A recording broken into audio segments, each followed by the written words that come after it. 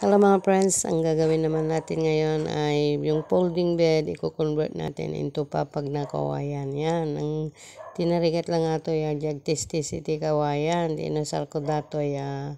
martilyo kan wasay kan bunang tano nalaka nga tistisa na jay kawayan. Dapat kaya sa manalaing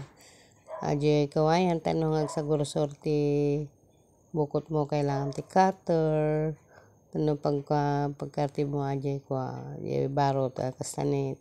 aja t-shirt no sarkulaang kasya iti magamit mo na igalot mo pa jay igina sa kasagay sa isa ka ujay kawayan ijay barot tap na makaramid ka ti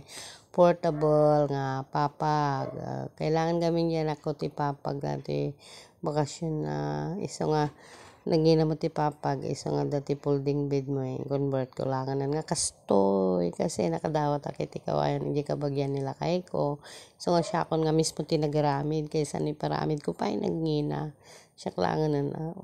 kayang kaya yan simple lang ata duwan tinagalot ko dito niya na makita yung kartib kan ko tinusar ko